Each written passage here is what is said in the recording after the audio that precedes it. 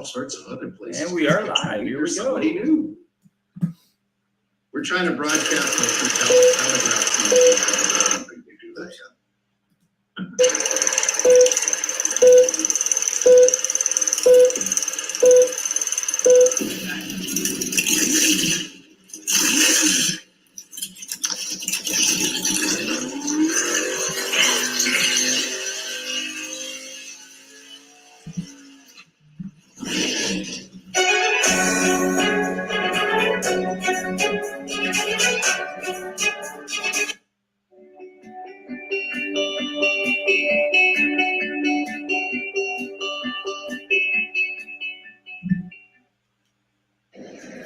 Larry Feldman is probably the most amazing trainer that I've ever experienced in this business.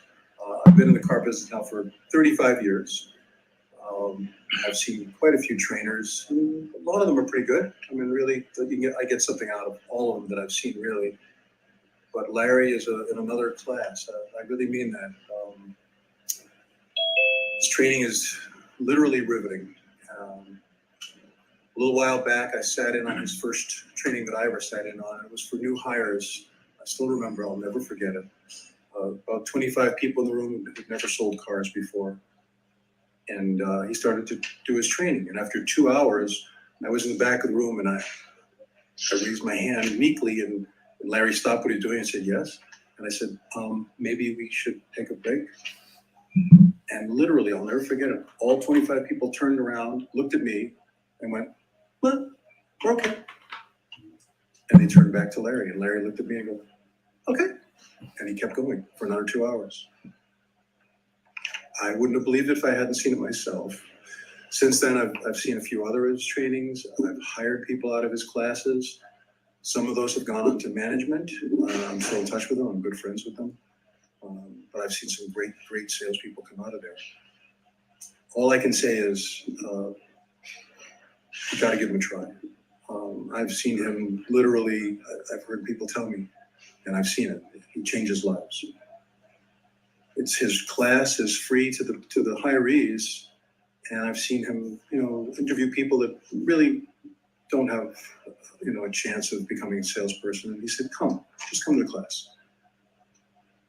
It might improve your life. And they thanked him afterwards because it really did.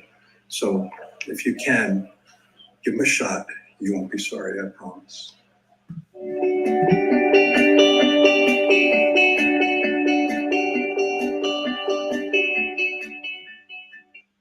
Good morning. And go ahead, Jeff.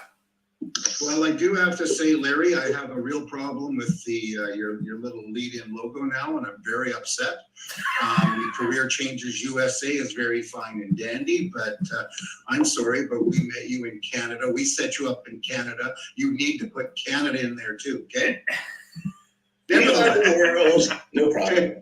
Nevertheless, welcome everybody to the Larry Feldman Show.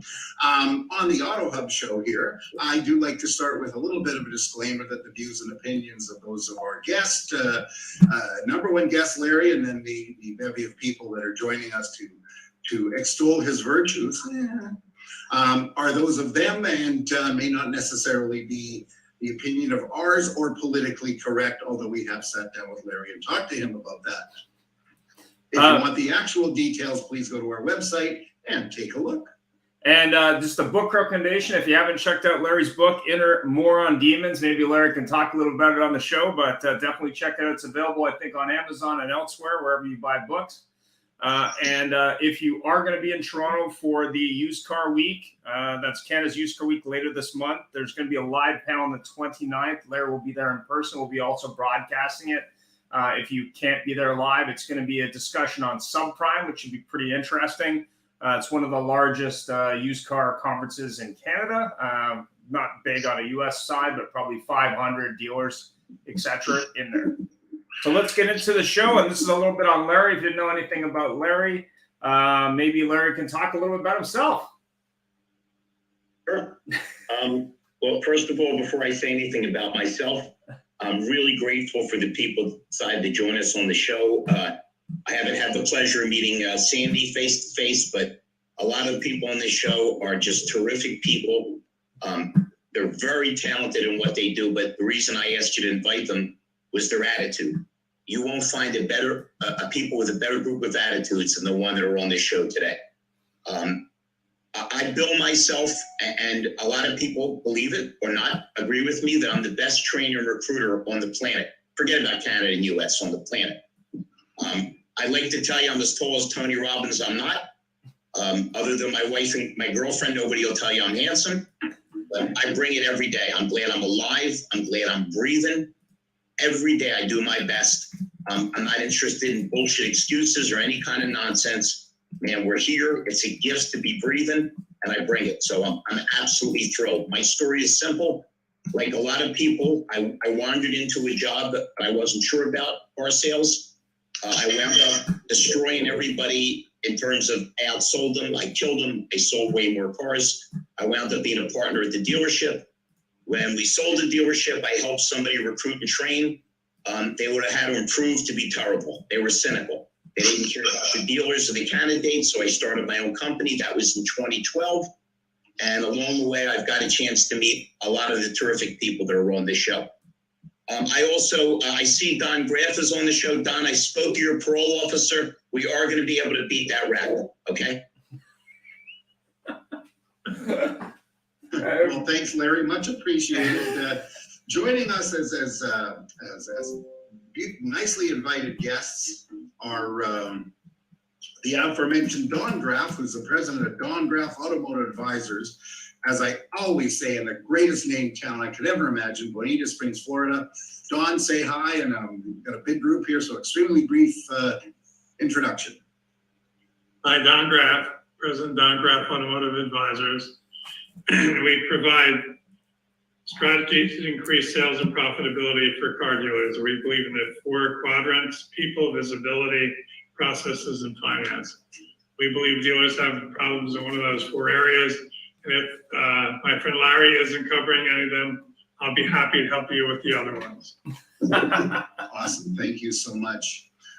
Next, we have Anthony Aleno. I apologize, Tony, if I get it wrong. Goes by Tony. Only his mother calls him Anthony. Call him Tony. I was just saying that, Larry, please. Tony Aleno is a GM of Fred Bean's Kia, and frankly, Larry said he put a name in there to make it Tony Aleno Kia. From Richboro, Pennsylvania. Tony, say hi. Brief introduction, please. Hey, thanks for having me. I've been dealing with Larry for some years now, and he asked me to be on the show, and I would never turn down my buddy. I've been doing this for 22 years. Been with Fred Beans for about going on 5 years, and I just thought it was a good opportunity to help out Larry, and I always like to talk about the car business. Awesome. Thank you very much for taking the time to be with us, too. Next, we have joining us, as Larry already said, he's never met her, but boy, she's a great friend of the show, Sandy Zanino.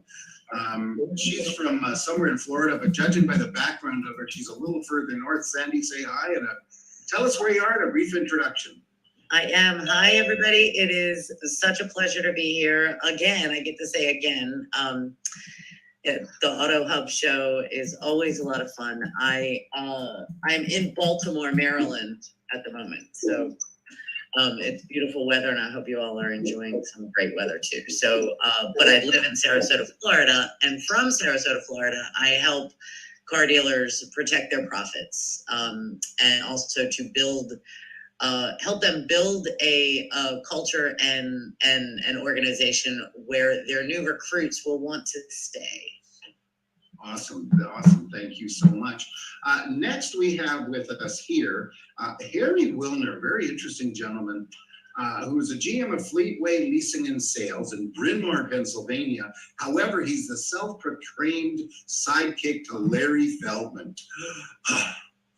Harry, say hi and a brief introduction, please. Hi, it's Harry Wilner. Yes, I was with Fleetway Leasing Company.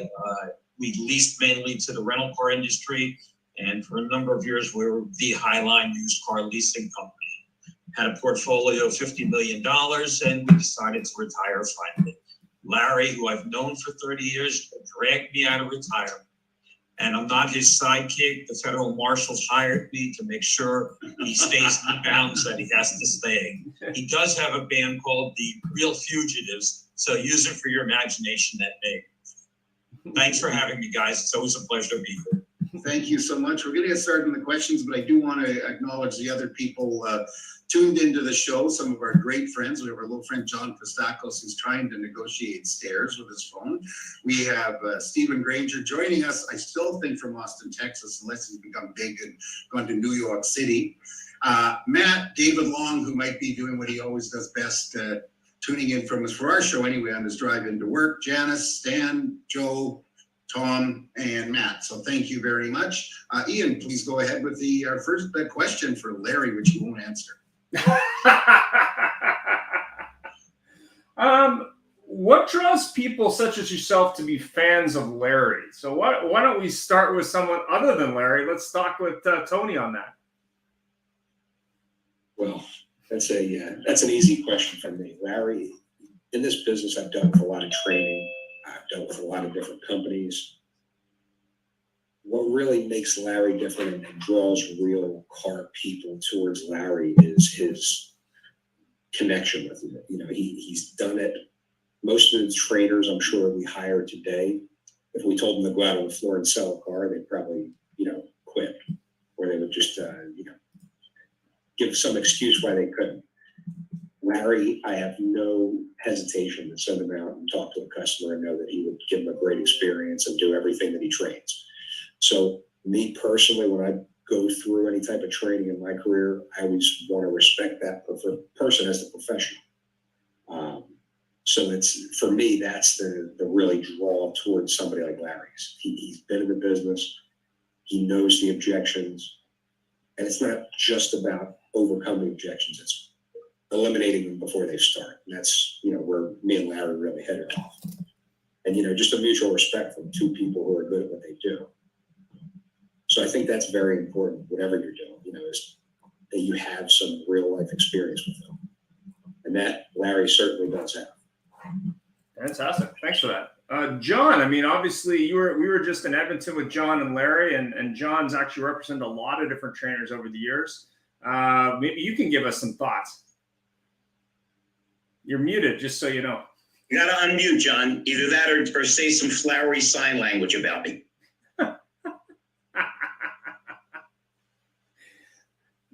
Hear me? Yeah, go ahead, John. Go ahead, John. So, yeah, we've done a couple of seminars, and they're tremendous. I think the one thing that I saw about Mr. Larry, other than the incident at the airport that we can't talk about, Larry, right?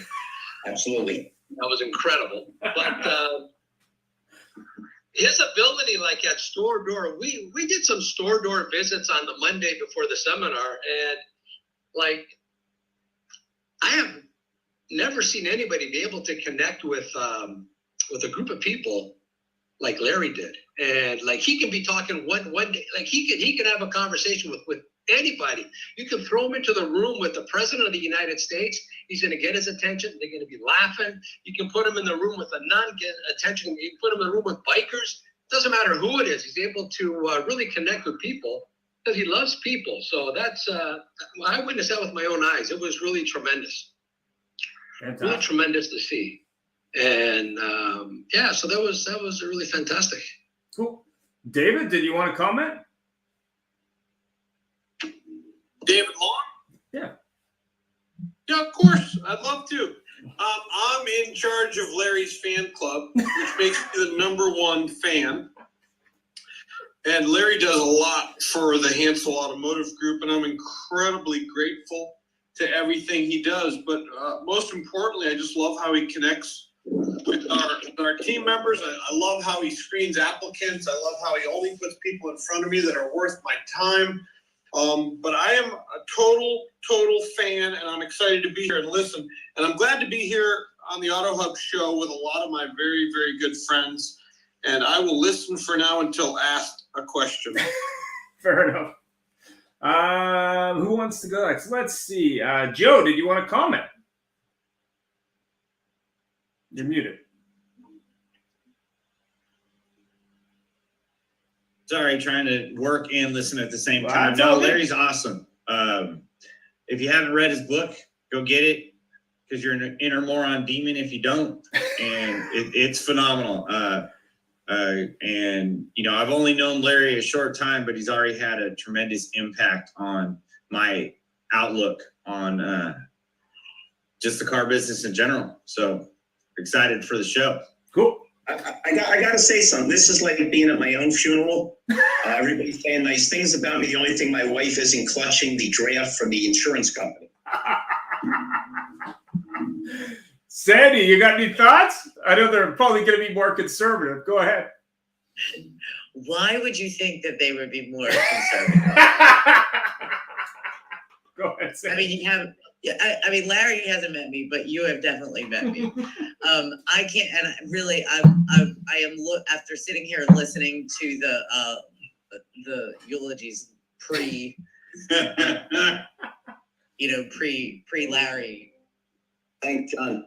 You know, you're still here, right? Thank God. And I'm really, really looking forward to meeting you so we can exchange some fun stories. That would not be a problem. You look like you got a lot of energy and fun and vitality. And man, life is short. Might as well go for it, right? You know, I am a human resources professional, but I bring humanity back into HR, right? Perfect. Fantastic. Don, any thoughts? Wow. Larry. He's like trying to figure out why his daughter shouldn't marry this guy. Well, Larry, You know, Larry is probably one of the most sincere people I've met in the car business.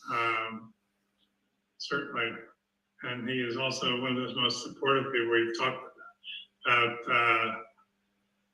about doing some business together, and he's been very supportive, helped me with some ideas, introduced me to some other people that may be helpful with us with our ventures. And certainly he's not one of those people that says anything negative unless an idea doesn't have any value at all. And he'll tell you like it is. Fantastic. Jeff, go ahead. So Larry asked me this the other day, and then I had to cut him off because I had to run. So what was the people I asked, what was your epiphany? Basically, I'll call it to find the car business as your home, and Larry just sort of had anything. But I'm going to ask Harry that because he hangs around the most here. You know, Larry's not your typical trainer. He's not sitting with a Bible in front of you and reading page for page, throwing something up on a screen. The training sessions are really about people skills, nothing to do with the auto industry. It's more people skills, being a person. It's like, you know, you invited these group of people into your house and we're going to have a discussion. And it's just an amazing thing. I've known Larry for 35 years. I just recently started working with him. He dragged me out of retirement. I was enjoying traveling. My wife said, get him out of the house. And here I am, his sidekick now. Harry, And it just- in your intro, you said you knew me 30 years.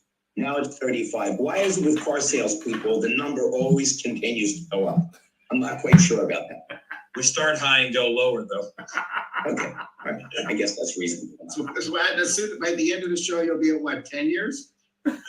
Listen, let me give you my epiphany, if you don't mind. Of course. I get into the car business, and here's why I stuck with it. I loved it. First of all, I'm a freak of nature. I am a lead singer of a band, as mentioned, the Real Fugitives. I don't smoke, I don't drink, I don't do drugs. I don't get high. I am truly high on life. But I never saw any high anybody experienced that is better than the high when somebody says yes. It never gets old. Thank God I'm up to 200 dealers. I picked up 2 more over the weekend. It was like the greatest feeling. I was like a little kid that got candy. It's the love of yes. It's the fact that it really is fun to constantly be in a situation where you meet different people and you can always get excited. It's Thoreau said, most men, and Sandy by proxy, most women, lead lives of quiet desperation. But to go to work every day and be excited is great. And the third part of my epiphany, it was a 3-part epiphany, was I realized how many people that are quote unquote professional are morons. The lack of commitment, the apathy, the fact that they sucked and they didn't care that they sucked, it propelled me. I worked with people that would send the lot guy after he just smoked a joint out to get the serial number off the car. So the S became a 5 and the whole deal went south, or the miles were wrong.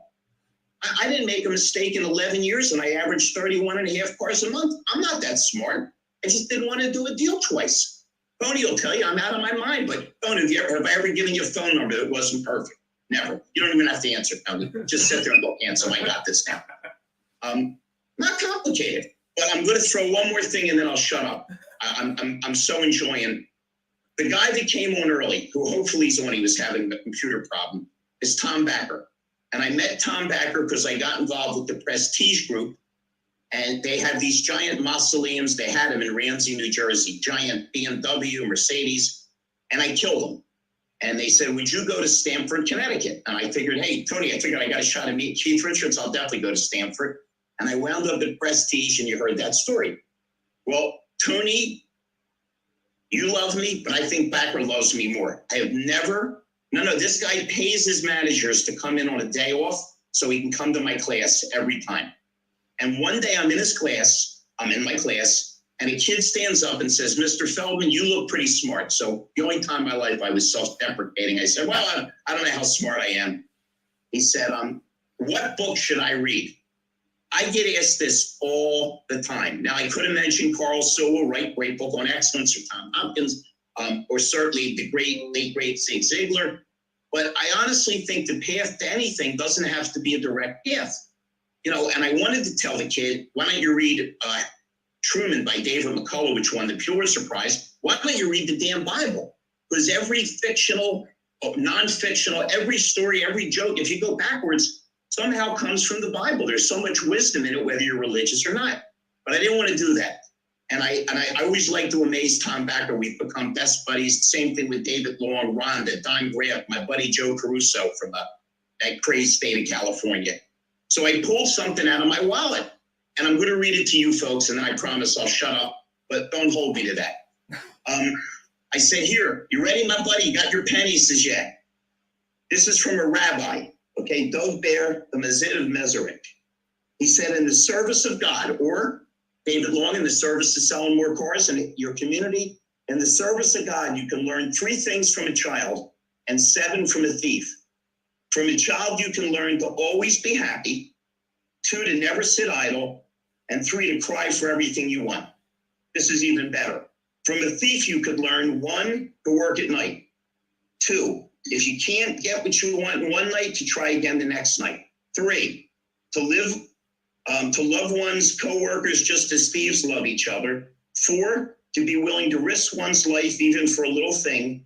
5, not to attach too much value to things, even though one has risked one's life for them, just as a thief will resell a stolen article for a fraction of its real value. This is my favorite. 6, to withstand all kinds of beatings and torture, but to remain what you are. And 7, to believe that your work is worthwhile and not be willing to change it. I think if you grasp any of that, if you realize you're lucky that my father always said, man, I thought I was bad off with no shoes till I met a man with no feet. Where else but the car business can you be partners with billionaires? And that's what happens when you're a salesperson. They'll never ask you to pay the floor plan, the light bill. All they want you to do is split the profit. What a great deal. And I've run into so many salespeople that don't appreciate it. So many managers that don't understand the concept of the word manage. So, man, I'm just glad I'm alive. I'm glad I got so many cool friends on this show. I'm glad people pay me to be a little crazy. And that's it. I am shutting up. Well, I thought it'll only be for just another minute or so.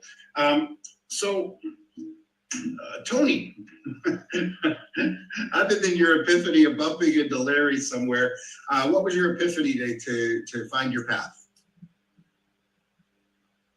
When I first was introduced into the business, both my parents were state employees, so that's the direction they started pushing me. And I just immediately knew it wasn't for me. And I remember seeing an ad in the paper, for a place called Potter Hillman, which was an old Ford, Jeep, and Eagle store. said, man, I know a guy that sold cars. I could do that. You know, but when you got there, it was just a whole different experience, like Larry and everybody was saying so far. The chance to connect with people and be in control of your own destiny, so to speak. I mean, there's no other industry where no matter what you did in high school, no matter what you did in college, if you even went to college, that you can control your own outcome. And Hey, Tony, you can give yourself a raise. exactly. You can give yourself a raise. What other business? Right. What other job can somebody come to you and say, hey, I'm not Hold on a making that second. money? Jeff and Ian, I said I was going to shut up. Don't you guys have that mute button ready? I'm sorry, but You need like a cough button for that. But yeah, where else can you have an employee come in your office and say, hey, I'm not making enough money? And you can easily teach them how to give themselves a raise. It's just, you know, where else can you have a better opportunity to accomplish everything you want to accomplish? And all you have to do is want to help people and give great service. That's what I love about Larry's trainings too. It has nothing to do with the car business.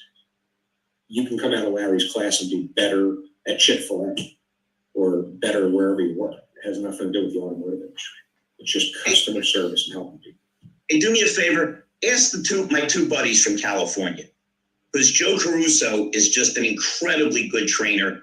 And I got to tell you something, David Long, you don't know this, but I had somebody reach out to me for a job that worked for you, and they were moving, and they said, I got to tell you, I really don't want to leave David Long. You don't hear that too much from guys on the floor.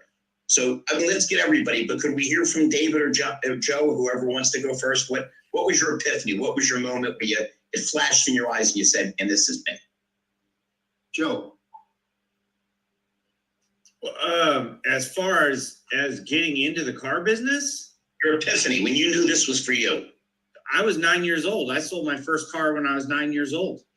When kids were running around wanting to be firefighters, policemen, astronauts, I said, I'm selling cars. I've never wanted to do anything else. And, you know, my dad was a dealer. My brothers are dealers. It's in my blood. I love this business. There's nothing like it. Mr. Long, elucidate and illuminate us, please. So, this is not going to be a popular answer, but I'm still waiting to figure out what I want to do when I grow up. Like, I haven't ever sold cars. I have never really liked cars, but I love people and I love seeing the light bulbs come on. I love changing lives. And now you got me curious. Who the heck in my team is moving?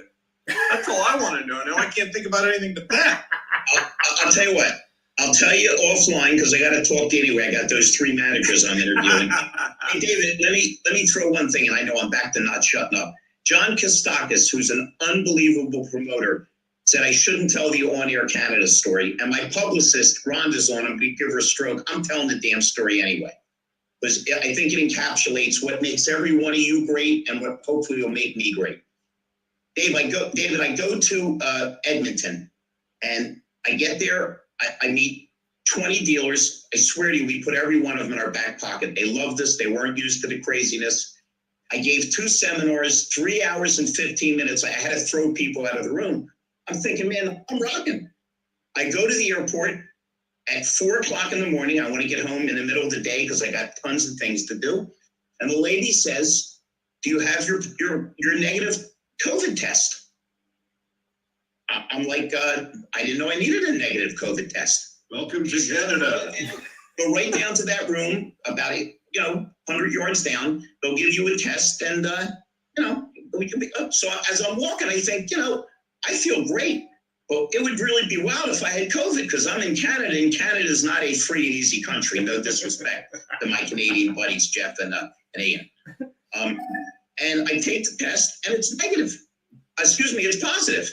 And the guy was so nice. You know how Canadians are. Hey, you're going to have to spend 5 days with us, my friend. We're going to have to, you're going to have to stay here in Edmonton. David, I had no desire to be in Edmonton. Even Wayne Gretzky didn't want to stay in Edmonton. So I folded the paper in half. So all you saw was the barcode. I found they had 4 nice-looking women, the whole thing. I walked up to one. I handed her my bags. I handed her my passport. I handed her the form with the thing facing up for the barcode. The bottom said positive. And before she could say anything, I said, I got to tell you, I love Edmonton. What a friendly city. I flirted with this woman so hard. She's probably pregnant by now, just how hard I flirted with her. And I got on the damn plane and I got home. And by the time I got 2 days back home, I made 4 more deals. I didn't infect anybody. I wore 7 masks. I looked like Fauci on a bad day. A guy that works for me, not the guys on the show, said, only you would be insane enough to try that. No, I had a positive attitude. What the hell did I have to lose? And I smiled at her. In jail. I got Don Graff on here. Don Graff's my parole officer. He'll straighten all that stuff out. Don't let the quiet demeanor for you.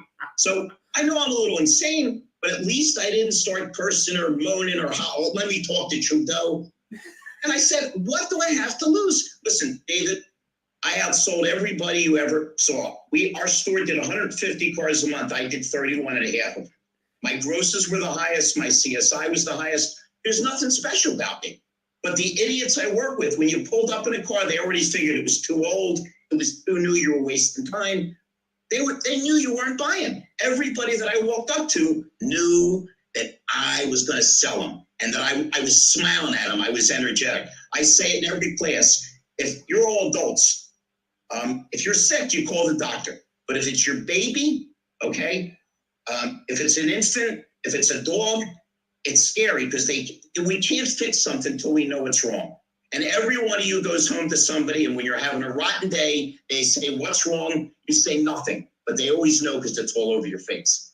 So I don't think there's anything more in life and in car sales than just having a great attitude, just being positive, being upbeat. You didn't hit that damn mute button again. I don't know what's wrong with you, Jeff. It was the one joke. It was a really good joke the first time. The second time, it just gets annoying. Thanks, Larry. Annoying. That's hard to believe. Do we have Tom Backer on the show? Did he make it on? Looks like he's on there. We see Tom is there with iPhone 2. Is that Tom? the iPhone 2 Tom. Well, Tom Backer is the Zen master. The fact that we're best friends is physically impossible because I'm annoying and crazy. Tom is like talks to flowers and trees. He grows mushrooms. I don't know if he smokes them, but he grows them. So if Tom's here and we can get a word from him, completely different perspective than mine. Actually normal. Is that you, Tom? Is that Tom Backer, iPhone Tom? You're muted if it is. I don't Well, know. until we hear from Tom, I have to make a comment that Larry, I'm very disappointed because I saw in your profile that you said you went to Stanford. You didn't say Connecticut. I thought you went to school in Stanford. I'm not smart enough to go to one of those heavy duties. Yes. Sandy, what do you think your epiphany was?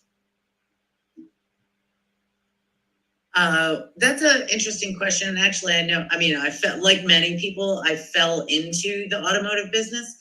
But the reason that I stayed, there were a couple of reasons. First, I fell in love with the people, right? With all of the characters that were working at the store and or the stores with the group that I was with. The second thing that I realized through a lawsuit, like something happened, it was a wage and hour case of he said, she said, and there was no bad intent. Without telling you the whole long story, there was no bad intent on the part of the dealer.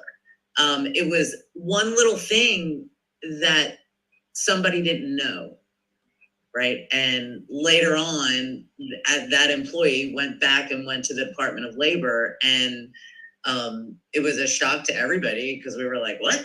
And this former employee won. And it was like more than I was making in 2 years is what, and what I realized then was knowledge is power.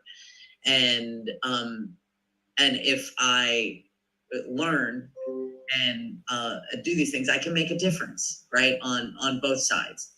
So that was my epiphany, that I could make a difference, which is important to me. It's actually quite interesting that you said that very quickly. Nobody asked me, but my epiphany was in the business when I actually joined a dealership trying to find myself. And I found I actually could make a difference when you had somebody walking around looking for that old pickup truck in the back. It doesn't start. You finally put a deal together and they leave with a smile on their face. So that's very true. Last but not least on this question, I'm going to ask Don, who's sitting there I can see him doing that. Me, pick me. That's very funny. I have a degree in English literature. I was taught by Augustinian fathers in Miami, Florida, and I got in the car business. And none of my family really wanted me to be in the car business, but went to work for a Volvo dealer in Somerville, New Jersey. And my first manager wanted to get that niceness out of me. So he was trying to teach me GFTT, which is go for the throat. However, I had customers like Doris Duke's chauffeur and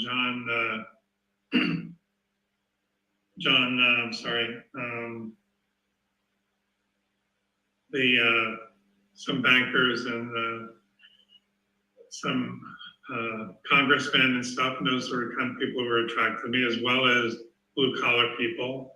And I was able to sell anyone because I was likable. I wasn't because I was hard. I was easy to read. I was friendly. People opened up to me. People would tell me anything. When I started being interested in consulting, I went to work. I went to interview for JD Power position, and they hired me out of it was 30 of us out of 1,000 people. And I stayed with them for a couple of years, and I went to work for several other consulting companies, and I liked that a great deal. And I went back into retail, and I went to NADA Dealer Academy and decided I wanted to run dealerships. Don, we're not looking for an autobiography. What was your epiphany? What was the moment where a light came in your eyes and you said, "This is it"? The light came on my eyes when I realized that I could help people achieve their dream or put a car in their driveway that they didn't think they could have. That's perfect. Now, that's awesome. Now, let me add two things, a rebuttal to Sandy and to David Long. David Long and I, believe it or not, he won't want to be compared to me because I'm mentally impaired, but David Long and I think the same thing. What do we want to be when we grow up? Everybody that knows me knows I love the Rolling Stones. Mick Jagger said, if I'm singing Satisfaction at 30, shoot me. He's singing it now at 78. And as far as you, Sandy, you had the wrong epiphany. It sounds to me like you should get involved in a slip and fall case. I'll come over, we'll find a waxy floor. You won't be able to pack up the money. Hey, do me a favor, just a real quick epiphany. Could we hear from Troy Glenn? I like this guy. I never get a chance to talk to him. He always sends me nice messages. Troy, what lit you up? And then we can get on to the next topic if you don't mind.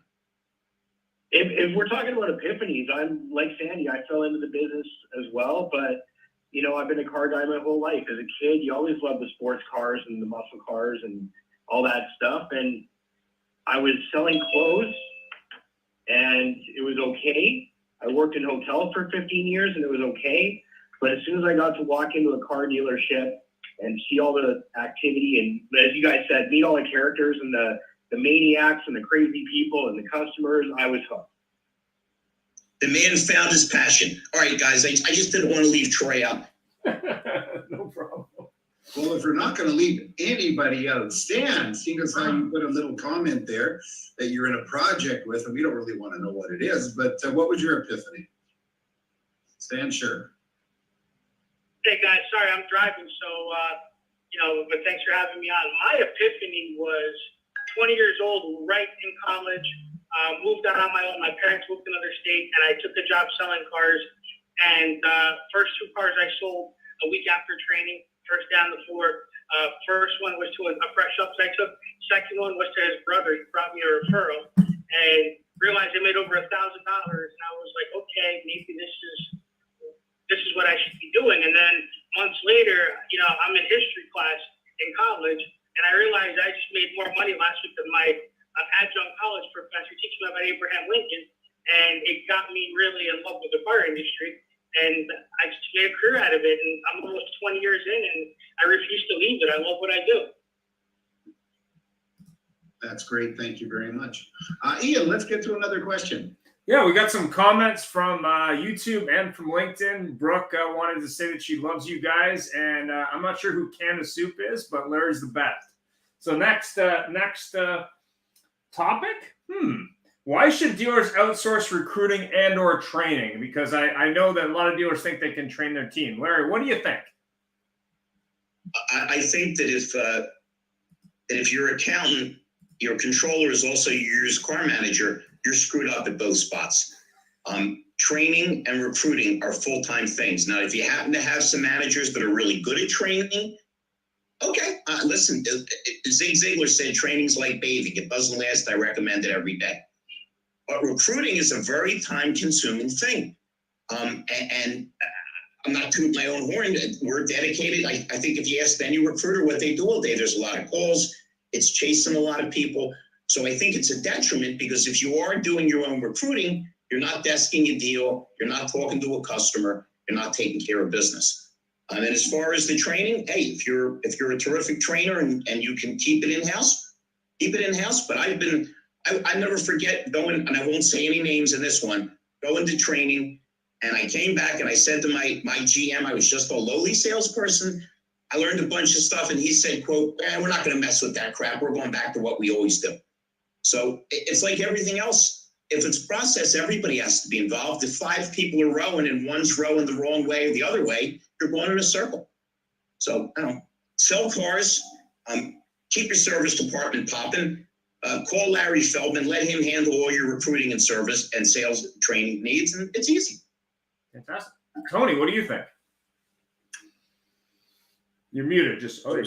Yep. There we go. So as far as recruiting and versus training, or do you think you should do your training and recruiting in-house, or you think you should outsource that, and why? I think a healthy combination of both. I definitely agree with Larry that, it should be done daily. But how often are we taking time to train the trainer, so to speak? I was always told that practice does not make perfect. Perfect practice makes perfect. And you can't possibly, I've been doing this 22 years, I'm sure everybody else would agree that's been doing this long enough. You hardly ever run into the same scenario twice. So you need to keep sharp and just keep in mind that we all have the same product. We all have the same APR specials. We all have the same rebates. The only difference in why somebody's going to do business with you and continue to, which Larry can probably talk on this more than most, is because of you. It's all about you and what value you present to your customer. That's where most people get sidetracked. We can talk about overcoming every objection in the world. Doesn't matter. If you are not the right person, they're not going to buy another car from you, and they're not going to like Larry. You've been out of selling cars how long, Larry? 10 years now? 10 years. Right. Although I still sell 5 or 6 a month from people that won't go anywhere else. Tony, I was thinking about it. For anybody who doesn't know, Tony's in a beautiful new building, 2 years old. Tony, on that side, the other side with the receptionist, you got a really big puddle there all the time. Let's talk to Sandy. Maybe we can do that fall down scam that you were talking about. Sandy, reach out to Tony. We can make some money on this.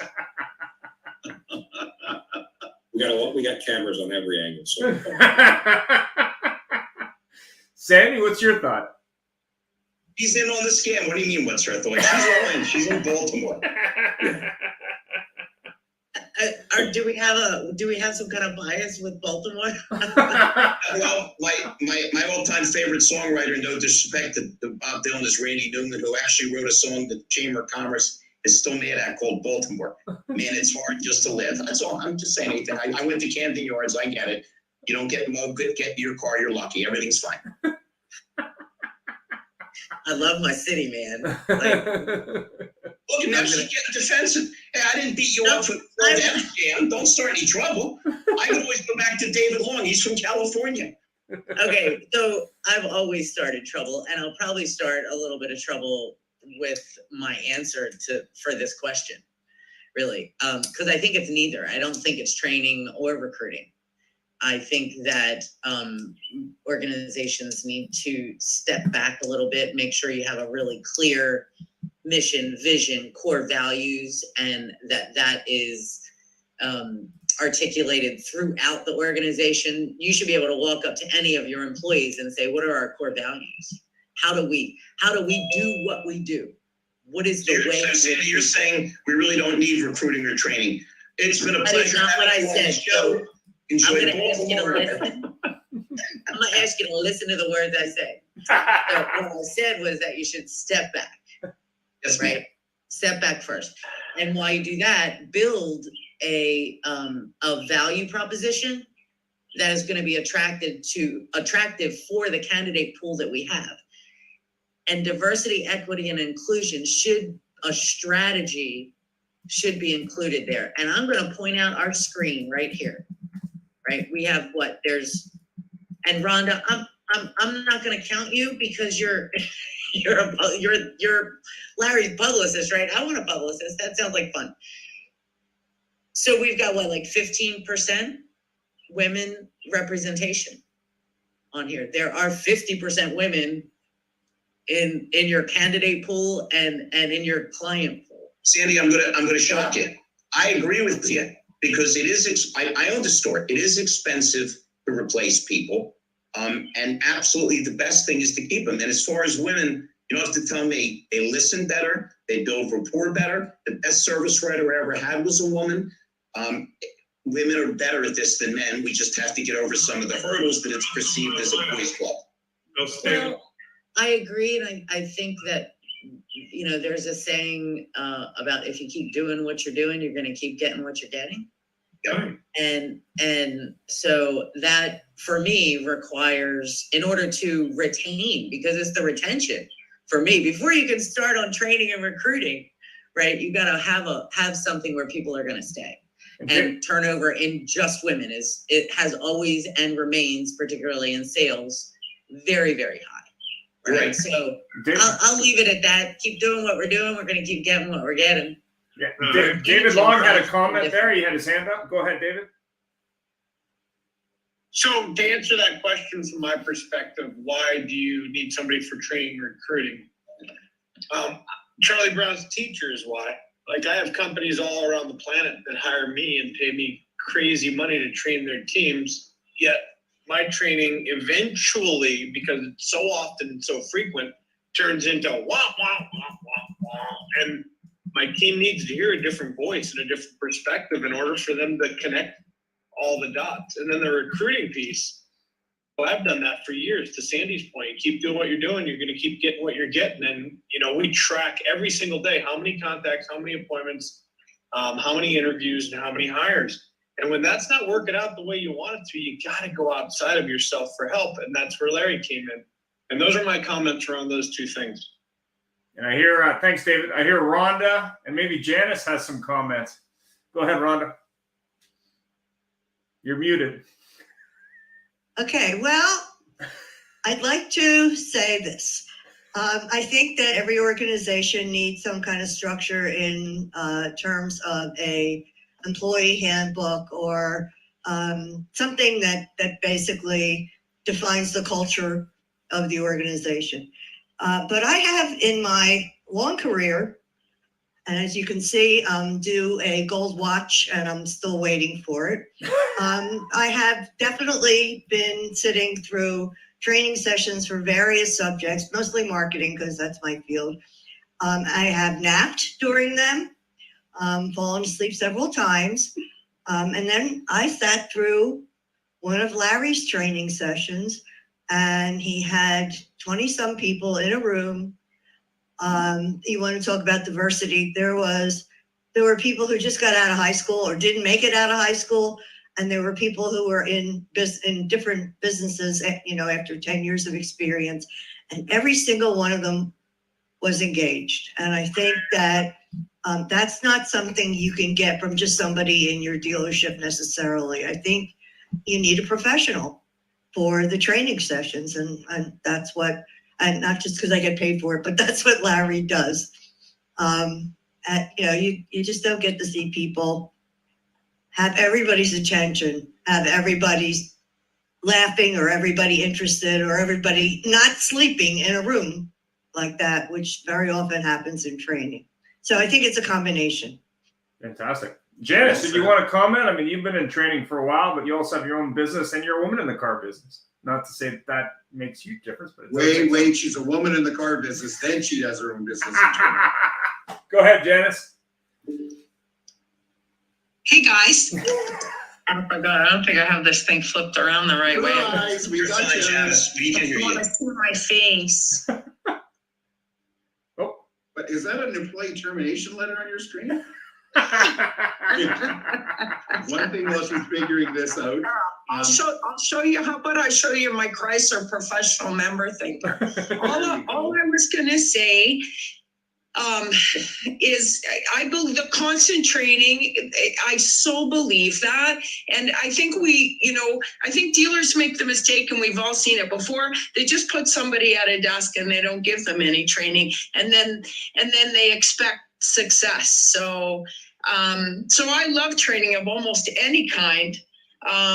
And I think a combination both, because how are you going to have training every day? You're going to have a trainer in the dealer, maybe okay for some of the big stores in the States, but some of our smaller stores in Canada, just not possible, especially for some of these remote stores that I work with, like up in North Bay and Thunder Bay and, even in Lindsay and Peterborough, like these smaller stores. So, maybe what we need is train the trainer. So what are some resources that they can train their staff with?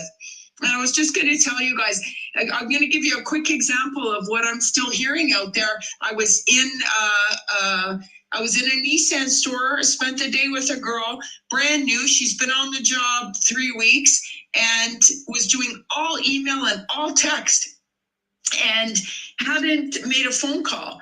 So I said to her, let's pick up the phone. I said, I'm going to phone somebody for you. The first customer I get, okay, the first phone call out, the woman says to me, she says, I have 2 open recalls. She said, and I left a message at this dealership weeks ago and no one's called me back. So do you think I can get an appointment out of her? Yeah. So what I'm just seeing too is I think the emails and the texts are not solving everything. And I think a lot of the younger generation, I've heard 20 years, I was just counting, I got 33 years in the car business, but I think the younger generation is looking for that, and they need it more than ever on the face-to-face, on how to talk to people. I mean, I feel sorry, these young people don't even know how to communicate, not on the phone and certainly not face-to-face. So Dennis, I couldn't agree with you more. I was on an Auto Hub show a couple weeks ago, and brilliant people, much smarter than me, every technical thing you could talk about. And I held up my pen and they all laughed at me because I said, this is what I consider tech. Because if we can teach people to write things down, and if we can teach people to actually listen, to respond, Janice, they laugh at me all over the country and in your country when I say, how dumb is it when a salesperson gets told by a customer, I have 2 kids, but he's not listening. And 45 minutes later, he says, you have any kids? Yeah, I had the same 2 I had 45 minutes ago. Stupid, I didn't put them on eBay. Oh God! You know what? I hear you on that too. Like when they answer the phone, even on the sales call when I'm training, please listen, because people tell you so much information, and the reps are missing it because you're right. They're not listening. They're not writing it down. Take notes. Find out even what the initial problem. I'm talking about service calls, Larry. Like I have someone call and say, my check engine light's on. And then they go through all the steps of updating the information and getting the email, doing the right things. And why'd you call? Janice, what do you do at the dealership? What do I do, Larry? I'm a BDC trainer, sir. Oh, cool. Hey, you know what? Yeah. No charge. Call me anytime. We can talk. I love BDC. At my store, I punched somebody in the face once when a salesman said to me, she brought that guy in. Why? We made $5,000 on him, and I'm talking about 1990. Oh God! If you can please tell them why we brought the customer in. I hear that all the time. Give me a call. Brought the guy in. Give me a call. Okay, anytime we can talk. There's no charge. We'll have some fun. I'll even do a little pump up. I like you much better than Sandy. She's in Baltimore. She's trying to put me out of business. He's cranky about the Orioles, and it's very sad.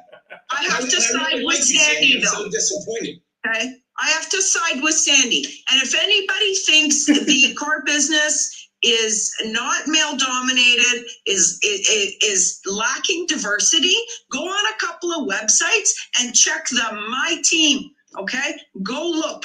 Any dealer, I challenge you. They're all white and they're all male. Sorry. Whoa, slow down. Slow down. I'm Jewish, okay? I still remember gold on my ear, and now we have Joe Biden. Please, I'm on your side too. Dennis, we're gonna start saying predominantly male instead of male dominated. Okay. So, Important yeah. distinction. Hey guys, would you please go to somebody else? Now I can't go to Canada or Baltimore. There's gotta be somebody on here that will. Larry, next time you're in town, we'll get together for sure. It's an Hire more women. I'm gonna bust the balls. And don't get jealous, Sandy. We still have the slip and fall thing set up. Well, JB was actually on. Janice, go to the used car conference in Toronto at the end of the month. Larry will be there for 9 hours if they let him through the border, because I think they might go, but it's, I'm driving. Larry and I have that set up already. He's going in my trunk of my car and bringing it over that way. Janice, it would be my pleasure. See, all kidding aside, I'd love to meet you. I can already tell you have energy and passion, and that's all I really care about. People that care.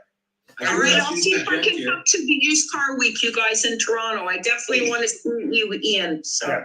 No Love worries. to get together. we're there. We're there. Did we ever find Tom back, or is he still in phone limbo? Don't He's know. still in phone limbo. Don't know. And JB, I think JB had a comment as well. He was on, I think, LinkedIn Live, and now he's on the show on Zoom. So maybe, JB, you had some thoughts there? You're muted. Maybe not. Anyway, go ahead, Jeff. Next question. I'm on. Oh, he is. There he goes. Go ahead, JB. You had some thoughts. No, and I may be a little prejudiced here because I'm working with Larry now in Career Changers. But, you know, I've worked around the car industry since the 80s and stuff. And when he mentioned about treating everybody with respect, eons ago, before I was even 18, I had to get my father to sign my contracts. I sold mobile homes. And I remember this guy pulled up and he had one of the old 9-passenger station wagons. And his whole family got out. Everybody had pig stuff all over their boots and everything. And none of the other salespeople would go and talk to him. When I talked to him, I wound up selling 3 full double-side mobile homes loaded down. Found out he was the largest pig farmer in the Southeast.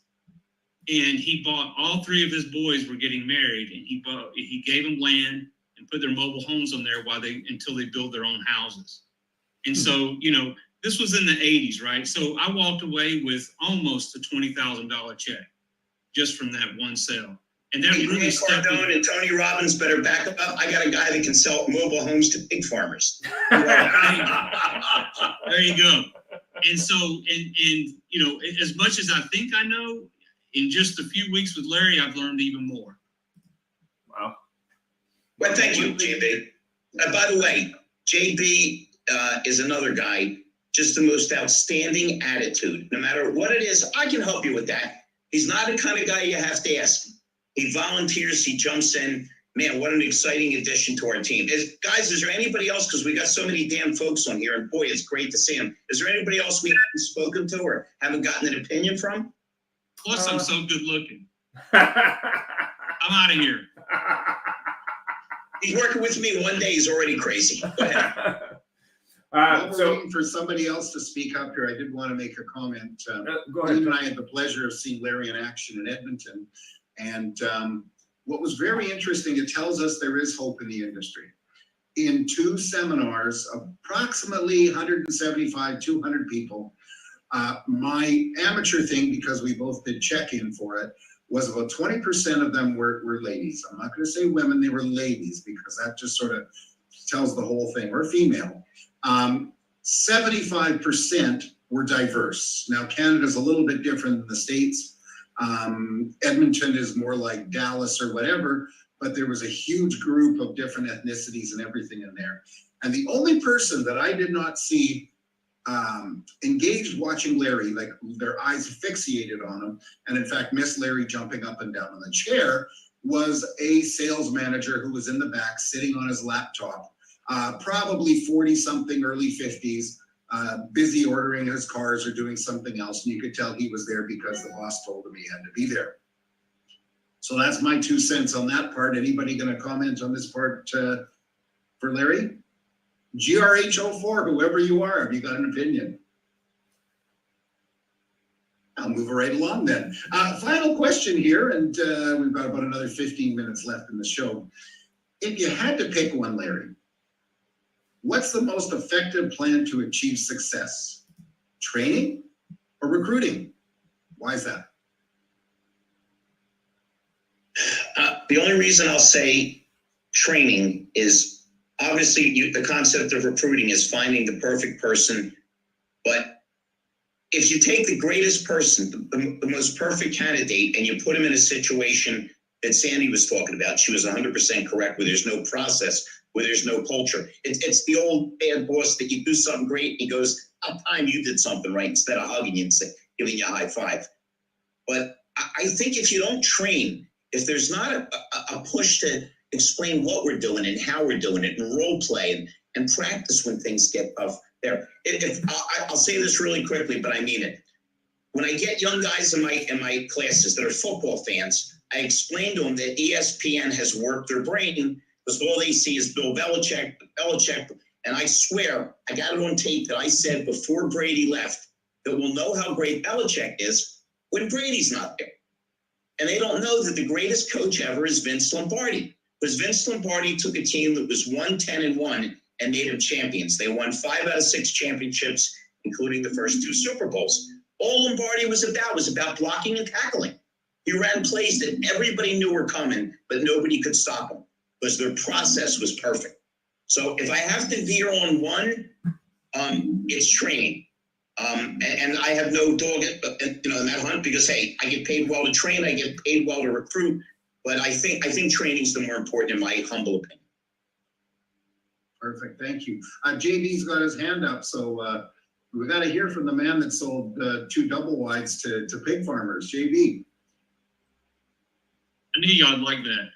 So I agree with Larry on this because my grandpa used to have a saying. I'm from the South, if you couldn't hear from my voice. But he'd say, he'd always say a blind squirrel with a broke leg can find a nut in the forest if he searches hard enough. And so if you have the right attitude, you could be trained to open their eyes and get that leg fixed and become successful. Perfect. Yeah. Tony, you've been quiet for a long time, so what do you think? No, I agree 100% with Larry was saying, and that's kind of like what I was touching on before. It's process driven, and it's not so much the product knowledge training. You have to know a little bit about products, but my product knowledge is far lacking. It's funny, we were actually looking at some of the sales numbers from last month with a couple of salespeople this morning, and they were saying, "Oh man, look at this guy. He's only been here for about 3 months, but he's number 3 year to date in gross." So why do you think that is? I said, "I don't know." I said, "It's all the experience. It's customer service. When people are dealing with them, they like dealing with them. They know that if they need something, they can call them. It's just the accountability part. And training has got to be process driven. It's got to be done every day. It has to be a part of the routine. It just has to be part of the habit building." Perfect. Dawn, what do you think? Dawn, have we lost you? Aha. So why don't we move on to Sandy? What do you think, Sandy? Training or recruiting? Because you're a recruiter more relation. Well, I do recruit, but just like I said, one of the, when I work with a client, the first thing I'm talking about is with them is what's going to keep these candidates there, because as and I think that it was kind of the question before maybe is, when there's a combination of inside, outside, outsourced recruiting or training, like I like the combination, right? But training is super, super important. And it's also important to recruiting because even though I might bring some candidates that I think are gonna. I don't even want to say a good fit, because I think we should throw good fit out the window, right? And I really do. That has become my belief. Good fit should go out the window, and the employer needs to figure out, like indicated before, how to fit the new generations, right? And what are they looking for? Because if we keep doing the same thing, we're going to keep getting the same people. So, but part of training for me is educating the hiring managers on what is that value proposition. In today, for me, recruiting is almost marketing, right? It is, I've got to market these employers to these candidates. And part of that is knowing and training your hiring managers on what are the benefits? When do they start? What's the 401k? Why is it great to work around here? You know, like all of those things that I think that's a piece of training, other than the processes and everything else that we do on a daily basis. I think that might be a little piece that could help in the recruiting process, right? And bringing people on. Perfect. No, that's a very good point. I really appreciate that. And you hit on something very interesting there, Sandy, which is, to me, be a good fit means that if we're doing what we're doing, so let's have you fit, so we're going to keep getting what we're getting. It was very interesting. Harry, what's your position on this? You're still on mute. There we go. Training, definitely. You know, we've talked a lot this morning about finding the right fit. And that's the most frightening part of the whole job, really. Finding the right people. It's convincing people this is a great industry to go into. Let's face it, we're not getting college graduates to come in, unfortunately. They think it's a disgusting, dirty industry. And I don't know how to change that, to get the proper people in the front door to talk to, at least to see who we are and what we are. When I got into the industry, I knew nothing about the auto industry. I had a customer, I was in banking. He said, come join me, show me your last pay stub, here's $5,000 more. And that was back in 80. And well, $5,080 for me was a lot of money. And we can't get people. I mean, I have a degree, I went to grad school, and he convinced me to join his business with no job title. And it's finding the people like myself, how we got into the industry, how Larry got into this industry. It's to drag these people out. And Sandy, you're right about women. We need more women. We need people of color. Our group had, our Volkswagen Subaru store has a woman GM who's been with the company for years. She is of color. She is a strong-based woman. She is unbelievably outstanding, how good she is with her team and her people. I just love Karen. I mean, I've worked with her for years and years. She came out of our special fire department, and the woman is just great. It's how do we get women to come in and we don't abuse them? Let's face it, on a male-dominated sales floor, a woman, if she's attractive, gets abused. No ifs, ands, or buts. It's going to happen. But how do you stop it? I'm not sure what the answer is. But training is needed in the social skills and the people skills, not just, you know, what engine that car has. And that's what Larry and I try to bring to the table when we're talking to these people. It's frightening what's going on out there. And this new generation of younger people, yeah, I'm 68 years old, is all they live by is this stupid little box. This is their whole life, is getting them to throw that out and get real. Well, I think a lot of that, though, and this is something that came up when I was at NADA, and this group of very, you know, passionate Black women happened to, you know, win an award at an event I was at. It's really about telling that story. It's like, not only are there men in the car business who are passionate about it, there's women in the car business who are passionate about it. And really, if you want to recruit other women or other men, you need to have them talk to candidates by sharing their story. Because realistically, there's a lot of misconceptions. I remember when I got into the car business and my brother told me, you're nuts. You shouldn't do that. It's a bad idea. And, you know, I have a family history in the business. So if I was getting that from relatives of mine, just imagine the negativity out there from other people. So part of it is the industry's perception, but part of it is just the lack of good stories, the lack of people saying, hey, I got in the car business, this is what it meant for me. And if you want to attract more women, there's got to be stories from other women saying, hey, you might think it's this, it's not, it's this, right? So I think that's part of it, but also it's part of promoting anything that you do is saying, hey, I mean, you got to change the way you do it. And I agree with Sandy, it's marketing. When I look at dealer groups and I look at them every day looking for staff on LinkedIn and elsewhere, they're trying to do a posting, but they don't have no idea how to market it to candidates. No idea. They're just doing postings. Very, very, very true. Like, come work for us. Okay. The other problem is a lot of people think the industry is a job, not a career. Yeah. I took it as a career move, not a job.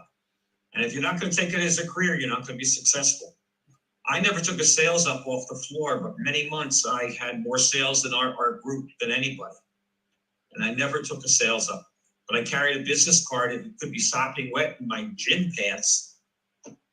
And I just knew how to talk to people. And that's what it was all about. Yeah, for darn sure. And JB has a thought there, I think.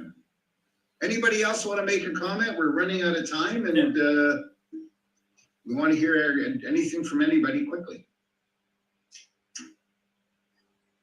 Ian. JB had a thought there. He's got his hand up. His virtual hand. I don't know. There he goes. Go ahead, JB. I don't want to step on anybody's toes because I'm just a visitor. Okay to talk? Yeah, go ahead. Okay, all right. I agree with everybody here, and I don't know if you've ever read a book. It's called Story Brand by Donald Miller, and he really hits home with what I've always believed. It's not about you; it's all about them. And I don't care if you're a hiring person, or you're a manager, or an owner, or you're the salesperson talking to your next potential client. It's all about them. We're just the guy. But when you want to talk about yourself, and to tell people just blindingly how great you are, they get turned off because people want guides to direct them to where they want to be, whether it's buying a car or buying a widget. And, it's nothing wrong with you showing that your credentials, nothing wrong with that at all. But when you're talking one-on-one, you want to be about them. Let me help you. And just so many people salespeople that I talk to, because I'm on the other side of it, people hammer me all the time about buy this, buy that. We want to coach you, blah, yeah. And it's like, I'm the number one. Let me tell you about our company. We've grown so large and we have X amount of employees and we've sold so many things and all this kind of stuff. I said, but what about me? Okay. Because, you're a hero. Great. But I want to be a hero too. People forget that it's not the owner really, or the GM or your GSM that's paying you. It's your customer.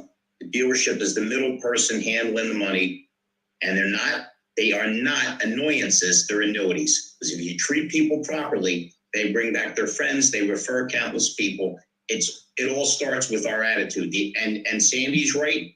It starts with the attitude from the top. It's got to come down through the ranks. Because if your manager's a jerk, it's pretty likely you're going to be a jerk because he's roughed you up. So just a big process, but it always starts with the customer. JB's 100% right. And if whatever they're interested in, you have to be interested in, because these people are feeding your family. 100%. For sure. Well, we're out of time, Jeff. Any final thoughts? Well, I'd like Larry to give his final thoughts. It says it's the Larry Feldman Show. I want to thank everybody that was on our show today. Really appreciate it. If anybody wants to reach out just to say hi, man, do I love connecting with people, particularly the people that were on this program, because everybody was so smart and engaged. So thank you for your time. I definitely look forward to talking to everybody and seeing as many people as I can when I'm in Toronto at the end of the month. And I definitely want to thank Jeff and Ian. They've helped move me forward. They're just really, really good guys. Thanks very much. Have a great week. We'll bid you adieu. Have a great week. Keep well. And thanks again, Larry. And everybody for Yeah. putting in their 2 bits. And Sandy, enjoy Maryland. All right, exactly. Get some crab cake.